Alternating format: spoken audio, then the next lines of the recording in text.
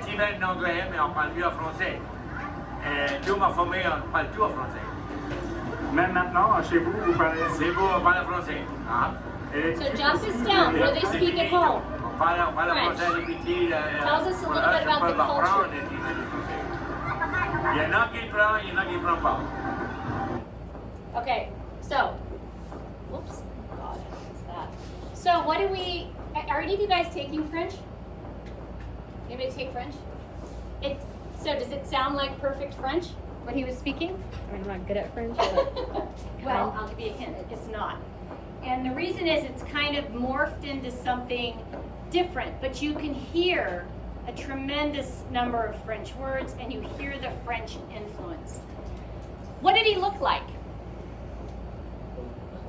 Huh? A lot of people in southern Louisiana are people of color. Was he a person of color? No. That's important. So when you hear Cajun, these people are white. So they are descendants of the French. They are a white population. They're really tough, hard-working, hard-nosed, you could say, people. Creole is different. So these people are also of French ancestry, but they are mixed race. So if the early Cajuns had relationships with the formerly enslaved or enslaved people, the product of that would be someone that they would call Creole. So now I want you to look at this person that represents the Creole culture. What does she say about it? How is it a little bit different? How does it sound different? And let's kind of go from there. Oops. Moi, t'es une femme créole.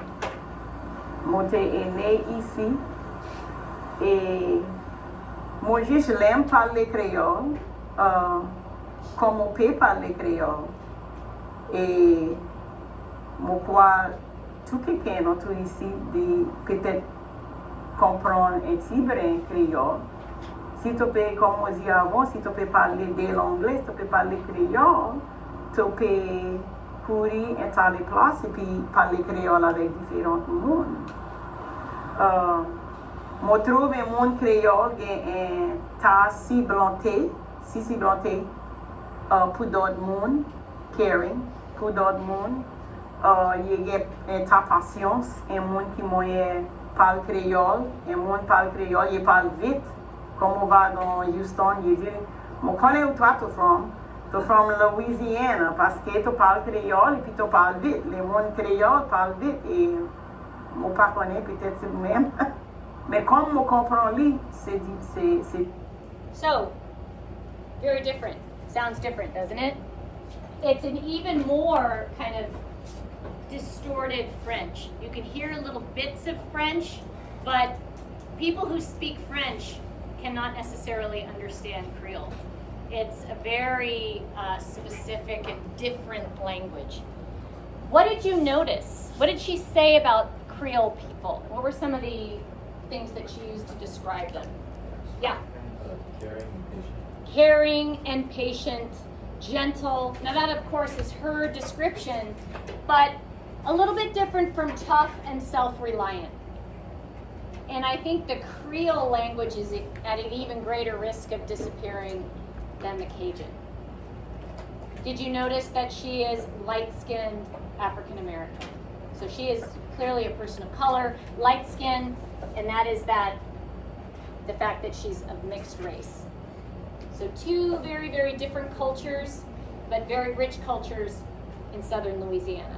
And we're going to hear people described using these two elements, so it's important that you understand the difference. Okay, motifs in the story. What's a motif?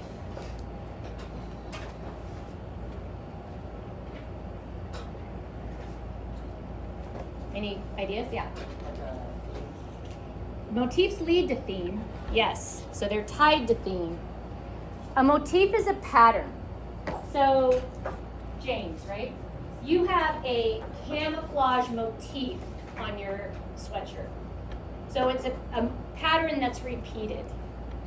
So you see motifs in fabrics.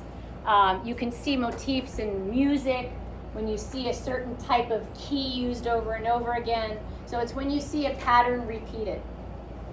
These are the motifs that show up dominantly in this novel. Now, Benton walked around and gave all of you a 3x5 card.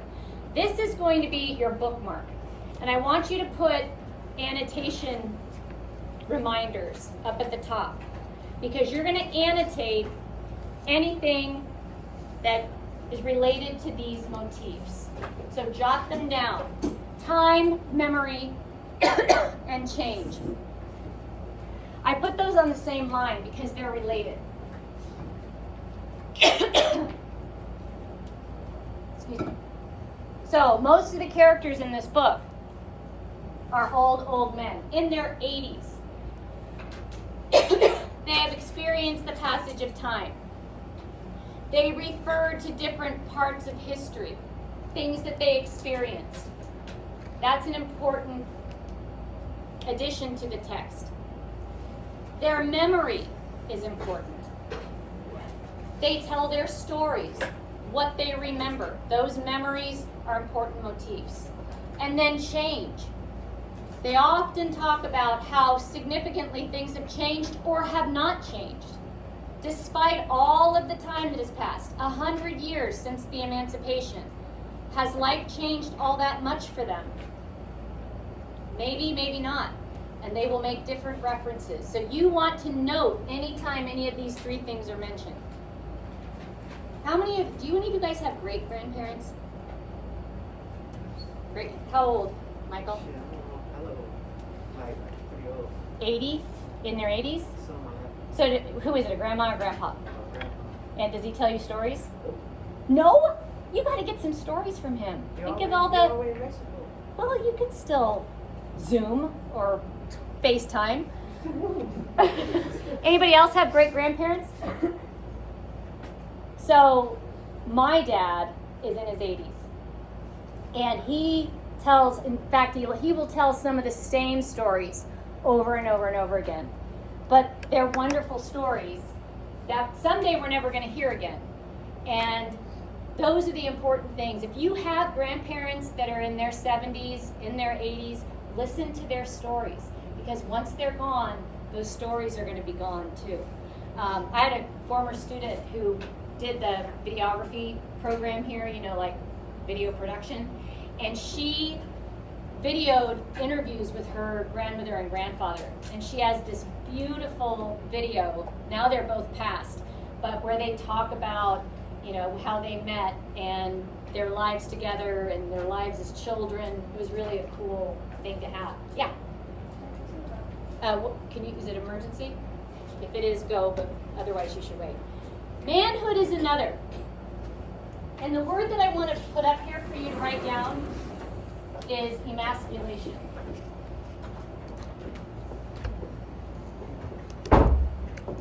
What's the root word of emasculation, Brady?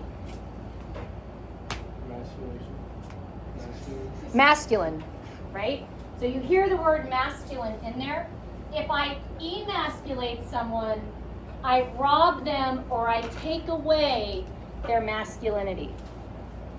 And that is a motif in this story because a lot of these old men are treated poorly rather than respectfully. One of the things that was pretty common during Jim Crow, and I think sadly you probably could still hear it in the South, depending on where you are and who you're with, a lot of older black men were referred to as boy. So if you're a man and someone calls you boy, that's an example of emasculation. Someone is trying to say you're not worthy of being treated as a man. So there's lots of examples. I would put, in fact, manhood / emasculation. Because that was a way to control. That was a way to continue to sort of enslave this population. So we're going to see a lot of that. So put manhood / emasculation. Justice is another motif. There's a lot of things in here about justice and injustice. So the absence of justice is important also. So as you come across examples or stories that people tell that speak to justices or injustices, that's an important motif. So those are all things you're going to annotate. And the last one is fear. How are these people controlled, even in the 1970s, through fear? What are they afraid of, and how do they overcome that fear? Other things you're going to look for are these. So you should have all those motifs jotted down on that card, and these, because you're going to want to pay attention to these elements of fiction.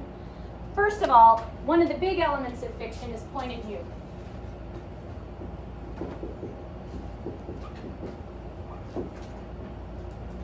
What is it called when the narrator speaks from their own perspective?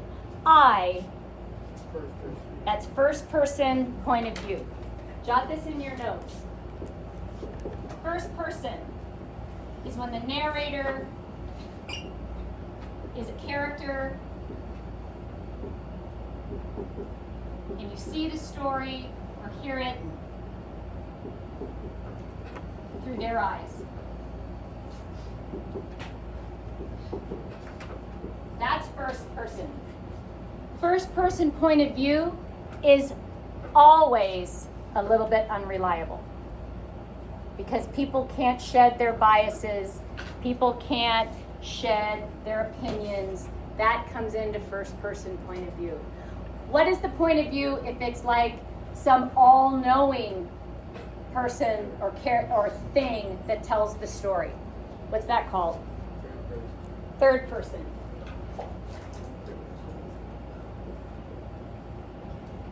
And this is when you have an all-knowing or omniscient narrator. And he can get into the thoughts of every character. It's as if God is up there telling the story. Knows everything and knows it accurately. The other one is called third person limited. And that's when it's all-knowing just for some characters.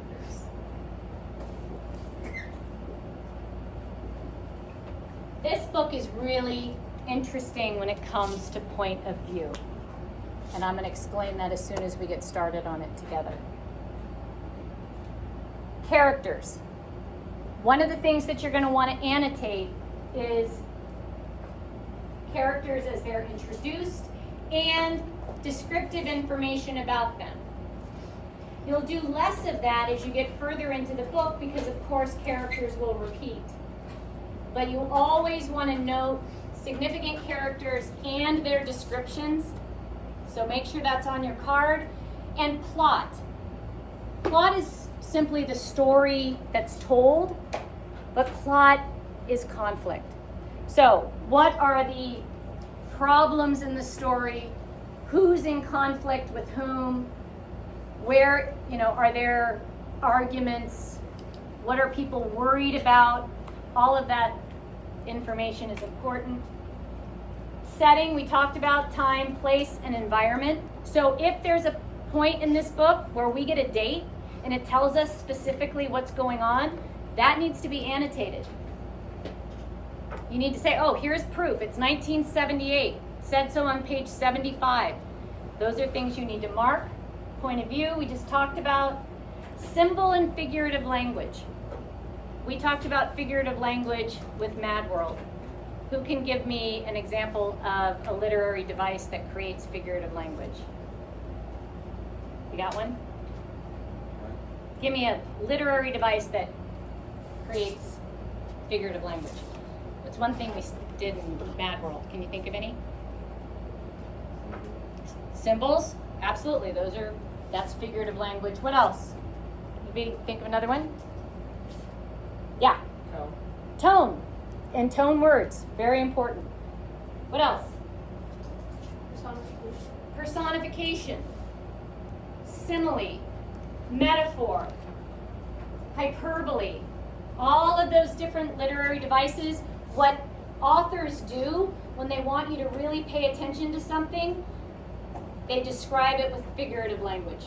So if you see a simile, or you think, oh, that's kind of a cool metaphor, chances are that part of the book is important. You want to note it. And then, theme.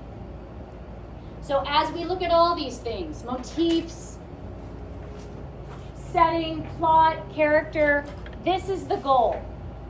What is the author trying to teach us? What is the universal truth that tells us something about the way we operate? So that's always what you want to get to. So you are going to annotate this way as we read. And what we're going to do is start this together so you get an example of what I'm looking for. All right, so Charlie, lights. As I mentioned, we're going to go through how to annotate. If you want to get your own copy of the book, I have them for, they were $10. If you don't want to get your own copy of the book and you're going to annotate, come get some Post-its. You're going to need them. So we're going to start this together. Just grab one thing of Post-its. I don't have a ton of them. But you will need to annotate this way. Unless you want to buy one.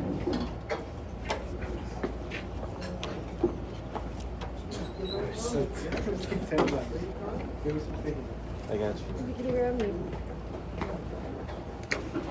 So we are going to start reading together so you get an idea of how you're supposed to Which one's more fun, the annotate. orange one or the pink one? Pink one, man. So books out, turn to page 4.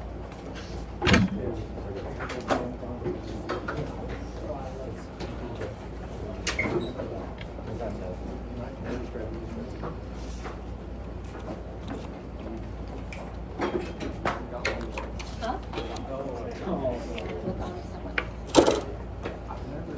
Sorry. You're supposed to get them when you checked in. So you might have to run up and grab one. You should have gotten it at the beginning of the period. So run. Which one buy it? Can I like borrow it just to? Yeah, don't mark it though. All right. So take a look at chapter 1. It says George Eliot Jr., aka Snookum. What does AKA mean? Also known as. So his formal name on his birth certificate is George Eliot Jr., but everybody calls him Snookum. So that's our first character. So what you might do in your notes, put a little line at the bottom and start chapter 1 or page 4. Since these don't have chapter numbers, it might be easier just to do it that way, your pages. But it's helpful to jot things down. You can annotate, but if you have more than a little Post-its worth, you might want to write it in your notes. So I may call on you to read, so you need to have your books out in front of you. So you're turning to the first chapter. And let's see what we would be writing down. Yeah, you maybe get that right away. Did you get yours? Good. And you never got one? Where did you get one? Okay, well you have to borrow one of these. I don't know that they have enough to give you another one. Then go get it. You shouldn't have been late for class. You could have gotten it early. Did you get one? Ever? Hustle. Go. All right. Chapter 1. So remember, these are the things we're looking for. We're going to have a lot about character. What's the first conflict that presents itself? What makes this even interesting in the beginning? We've got to find out what's going on. We'll figure out point of view really quickly. First sentence will tell us that. So we're going to look for these things, and don't forget these motifs. So if that 3x5 card is filled out, you've got all that in front of you. All right, I'll start it. I heard Candy out in the front yard calling Grandma. Me and Toddy and Minnie was sitting at the table eating, and Grandma was at the stove cooking in the pot to see if she had enough food left for supper.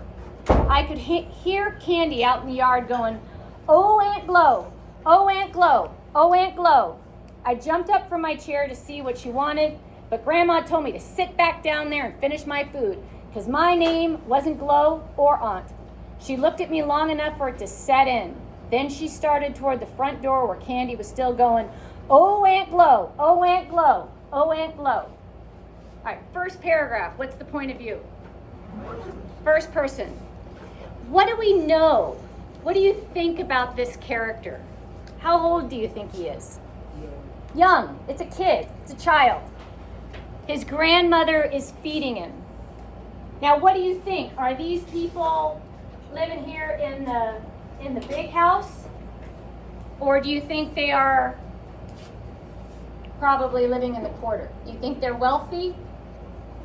What little hint do we have that they're probably not wealthy? Charlie, what did you read?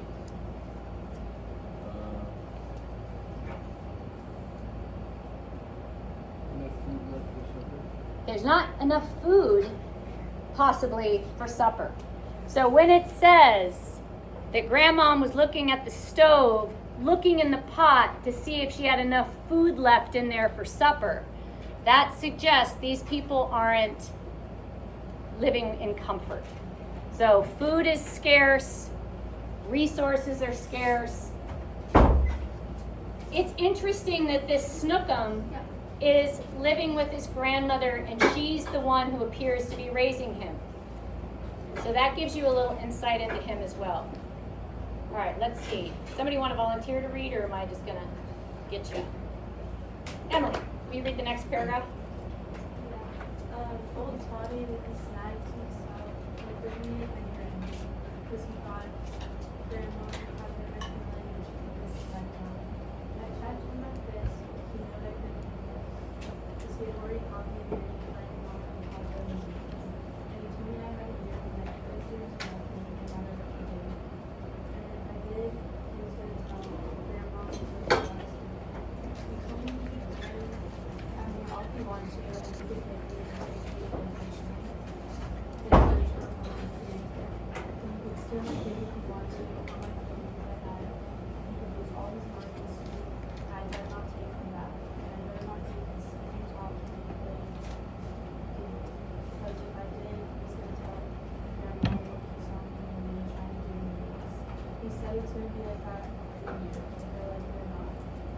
It started just with me. He started calling Grandma and just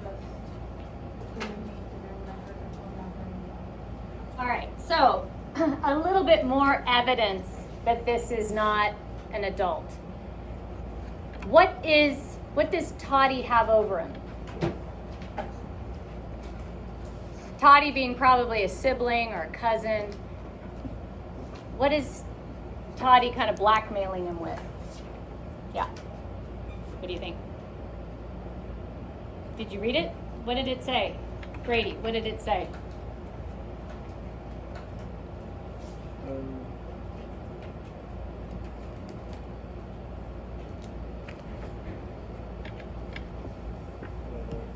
He and Minnie were doing something in the weeds that they weren't supposed to be doing. Oh no. Uh-huh. Playing Mama and Papa in the weeds. Oh. Imagine that.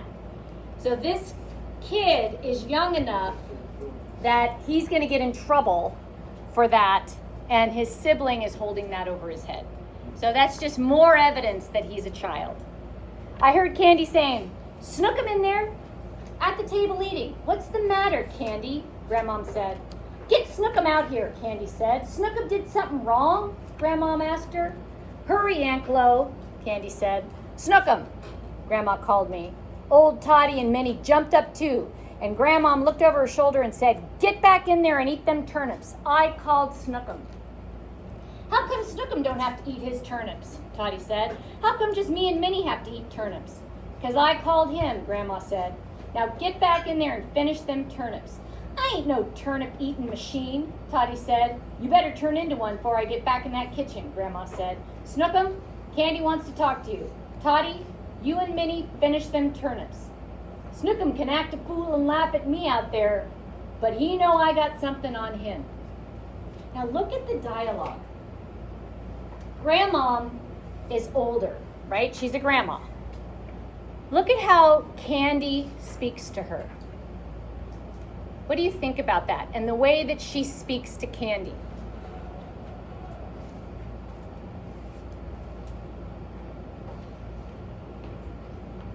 Candy says, "Get Snookum out here." What's missing from that? Oh, no manners. No manners. No way. It's a command. Get Snookum out here now. And look at how Grandmom responds to Candy. What's the matter, Candy? Did Snookum do something wrong? So Grandma does have a more respectful tone. Candy is very commanding. What does that suggest about who they are? Who do you think Grandma is? Huh? No, she's nicer. She's more respectful. Candy probably lives here. So Candy is of the landowning class. She feels like she can talk to Grandmom however she wants. Where do you think Snookum and Grandmom, Minnie, and Toddy are living? In the quarters. So that also gives us the idea. What do you think, what ethnicity are we looking at for Candy? She's white. What about Snookum, Grandmom, Minnie, and Toddy? They are black. So this kind of goes to that motif of emasculation, right? Candy feels entitled to be able to speak to Grandmom in a very commanding and kind of disrespectful way because she's of a higher status. And it may be that she's really worried about something. It may be that she loves this person, but she feels that she has an authority over her. And that's important. Let's see, Candy was searching. Let's do the next couple of paragraphs. Mason, will you read those? Candy was standing in the yard. Candy was standing in the yard close to the steps when I came out on here. She wore a white shirt and khaki pants and brown shoes with little gold buttons. Her hair was light brown and dark brown and cut short, almost short like a man's hair. Come here, Snookum, she said. I jumped down on the ground where she was. She grabbed me by the shoulders with both hands. She leaned over and brought her face close to mine and her eyes. The color of blue smokes, the blonde and scared. I was thinking I'd done something wrong and she was mad at me for it. All right, so what do we learn about Candy there? She's a little louder. Right, she has light brown hair, cut short like a man's, wearing khaki pants, a white shirt, and interesting, what do her shoes have on them? Gold buckles. So she doesn't look like Snookum and his family. Most importantly, what color are her eyes? Blue. So that confirms what we sort of assumed earlier. What color is Candy? She's white. So right away we see there's a difference there. Now listen, she said, I want you to run, and I don't want you to stop running. I want you to go tell Ruth and Reverend Jameson and Corrine and the rest of them to gather at Matthew's house right away. I want you to go now to the front, and I want you to listen to me good now, she said, squeezing my shoulders and hurting me a little bit. Go up to the house and see if Miss Merle's there. If she is, tell her I say come quick. No, if she's there, tell her to call Lou and tell Lou to get here quick, and then she get here quick. If she's not there, tell Janie to call her and Lou and tell them to get here quick. Don't waste time on that phone talking, just get here quick. Don't do nothing but get here quick. You heard what I said, Snookum? What am I telling all them people to get here quick for? I asked. That's none of your business, Snookum. You're nothing but a little boy. Now get moving and don't stop running. So, we had assumed that Snookum was a little boy. Now we know. Okay, Charlie, we read the next one. I shot out of the yard. I shot out of the yard. When I hit the road, I saw the tractor in front of Matthew's house. The motor was running. I could hear it. I could see the smoke, but Charlie wasn't on the tractor. 2 big loads of cane hitched to the back of the tractor, but he wasn't on. On the other side of the road, in front of Matu's house, I could see Candy's big black car shining in the sun. I know Candy didn't tell me to tell Matu anything, but looked to me like since all the other people were gathering at his house, looked to me like he ought to know what was going on too. So when I came up, even with his house, I ran in the yard, and that's when I seen View. View was laying over there in the weeds, all bloody. All right. So this is interesting because it says that when Snookum runs to talk to all these people, he runs in front of Matu's house and he sees what all this fuss is about. What is it? What's the conflict that we have to worry about? What's going on? What's the concern? He's like bleeding or something. He's what? He's like bleeding. Well, somebody, Bo, whoever Bo is laying in the weeds, bloody, in front of Matu's house. So that right there is a problem.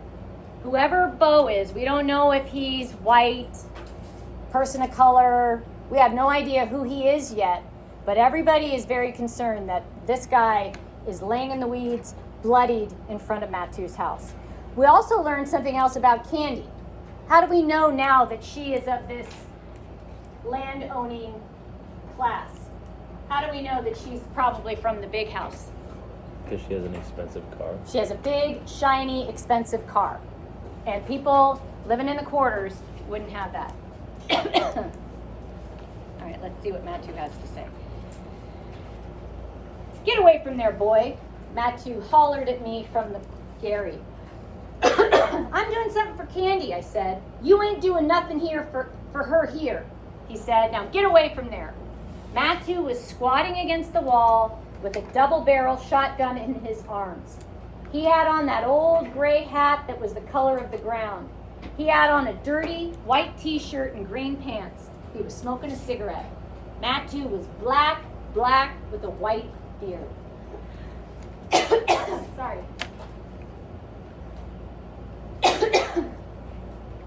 Here's an image of Matu. What archetype does he look like? Wise old man. So notice, how is he described? Black with a white beard. That's important. He is sitting in front of his house with a shotgun, and Bo is bloody on his land. So right there, we have a conflict set up. So something has happened to Bo. If Matu did it, he's in danger or he's in trouble, and we got to figure out what's happening. Candy bought everybody at your house, I told him. If that's what she wants, you better go on and do it, he said. Now get away from there. I looked back at the tractor. The motor was still running. I looked back at Matu squatting against the wall. Where's Charlie? I said. How come he ain't driving that tractor? That's none of your business, Matu said. Get out of this yard and get out fast, or I'll come over there and tear your butt with a switch. Keegan, will you read the next paragraph? Did I already ask you? Did you already read? Oh, good. Thank you. Matthew started getting up and I shot out of there, headed up the quarters, spanking my butt the way you spank your horse when you want him to run fast. All right. So he says that he's running through the quarters. So where is he going? All the people he's going to meet as he's running through the quarters are people that would have been sharecroppers living in these little homes. So all the people he sees, what does that tell you about them? They're black and they're living in these little tiny places. Sorry, Keegan, go ahead. Ruth was home in the garden when I got to his house. The garden was behind the house and you could always hear Ruth back there working and singing.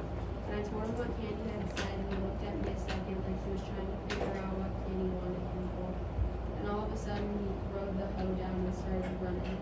I yanked my horse around and shot out too, headed up the quarters. I figured this this time of day, Maureen was in the kitchen eating, so I didn't bother to knock on the front door. I just ran through the house back in the kitchen. She was sitting at the table eating greens and rice out of a pan, eating all by herself. She didn't have no children or a husband. She was just by herself, eating and looking out of the back door. When I told her what Candy had said, she turned slowly to look at me, and her eyes was all brownish and tired. She didn't say a thing.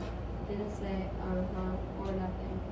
She looked old and tired, eating on her front teeth, looking old and tired looking.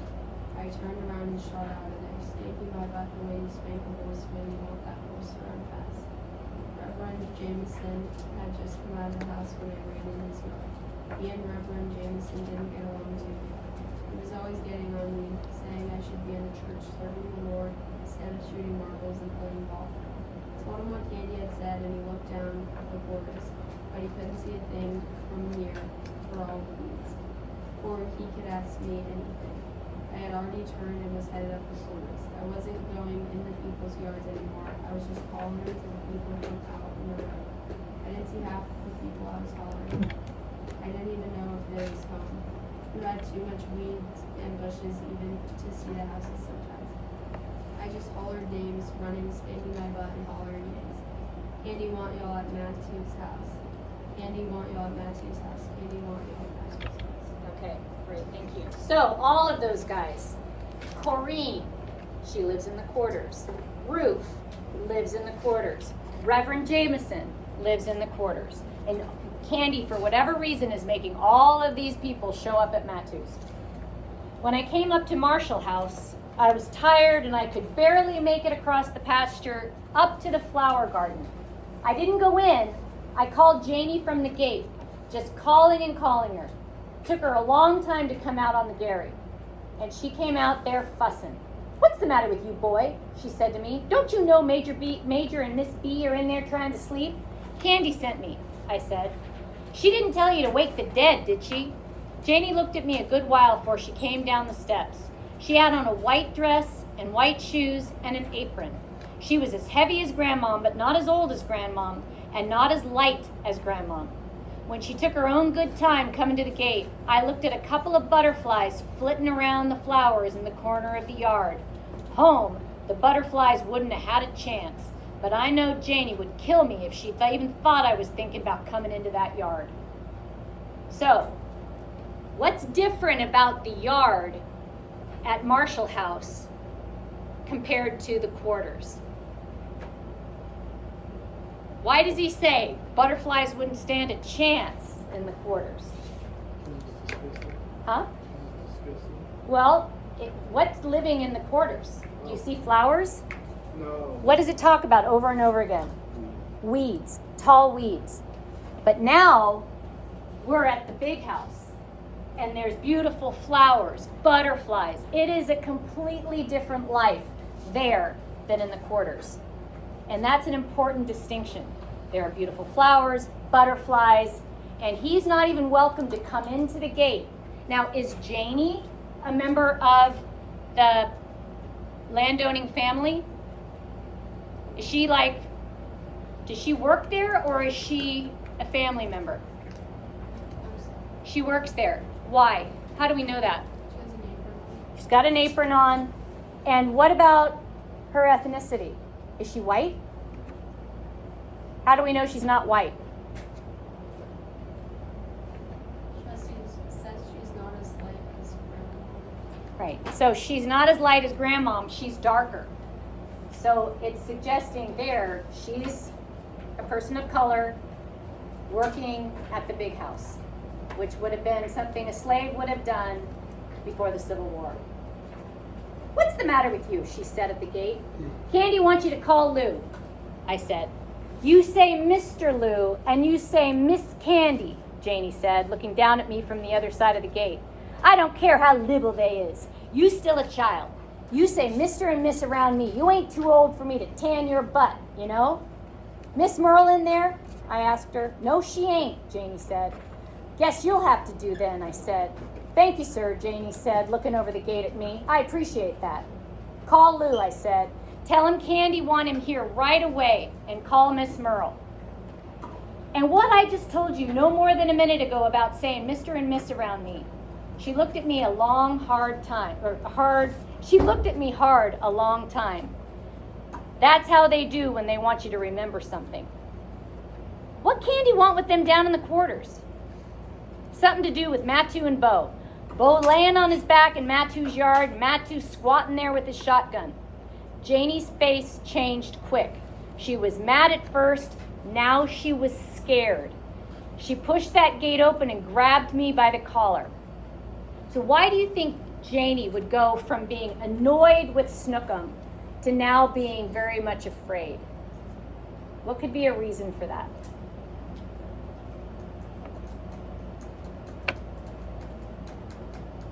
Let's see. Danny, what do you think? Maybe that's like the husband or like someone she's like close to. Could be like Bo, you mean? Yeah. Yeah. But would she be scared, or wouldn't she be? Oh yeah, I guess she would be scared, but she's not like grieving that person. She's worried. What does that tell us potentially about Bo? That he might not be dead. He might not be dead. We only know he's really bloody. It's not looking good. But if he's white, and Matu is standing on his front porch with a shotgun, and he is dead in Matu's yard, that's going to create a very big problem. Because a black man does not kill a white man in 1970, well, it shouldn't happen ever, but certainly not in 1970 Louisiana. Let's see what we find out. Let's see. That shot I heard, she said. That shot I heard? That hurt, I said, jerking away from her. Y'all got any tea cakes or clarines in there? Boy, Janie said and raised her hand to hit me. She wasn't mad, she was scared. I ducked out of her way. That's what I heard? She asked again, now looking like she wanted to cry. That's the shot I heard? I guess so, I don't know, I said. Now she started whooping. Lord have mercy. Lord Jesus have mercy. Boy, you know what this means? It means Fix coming here in his drove, with his drove. You too young to know Fix, but I know Fix. There's a new character. Highlight that, jot that down. What do you think we can assume about Fix? Is he a nice guy? No, he's dangerous. There's some foreshadowing here. She is worried that Fix is going to show up with his people, with his droves, and create a problem. So Fix is obviously someone to worry about. She started back to the house. I looked at her through the gate. You getting me some tea cakes? I called to her. Candy didn't pay me nothing to come up here. She didn't answer me, just kept on walking. Now she was wiping her eyes with her apron. Huh, I called to her. I had my face right up against the gate. You getting me some tea cakes or a clarine? She went back to the house, paid me no more attention than she did them butterflies around the flower. I left the gate and went on back down the quarters. I didn't get a nickel or a tea cake or a clarine for running all the way up there. But I still had one thing on old Toddy. He didn't see what I saw. So, chapter 1. We have the establishment of a pretty significant conflict. There is the question of why Bo is injured, if not dead, in Matu's yard. Everybody is very worried about this situation. Candy is worried. Janie is worried. Matu seems to be pretty confident, but he's sitting on his front porch with a shotgun. So that presents the initial conflict. We got to figure out what happened. Now look at the next chapter. This is going to be told from the perspective of Janie. So now we're shifting to her part of the story. The next one, Miss Merle. The next one, Chimney. So you're going to kind of see this story unfold through the perspective of different characters. So in reading the first chapter together, kind of gave you an example of what you need to look for. So now you're going to continue to do that on your own. So for the rest of the period, you have a choice. Keep reading and keep annotating, or you can take out your computer and work on your archetype essay. But you're working on one or the other. Any questions about what we just read or how we read it? Yeah. something else, I'll come. Is it a good question for everybody or? Okay, then I'll come to you. Anything else? All right, you know what you're doing.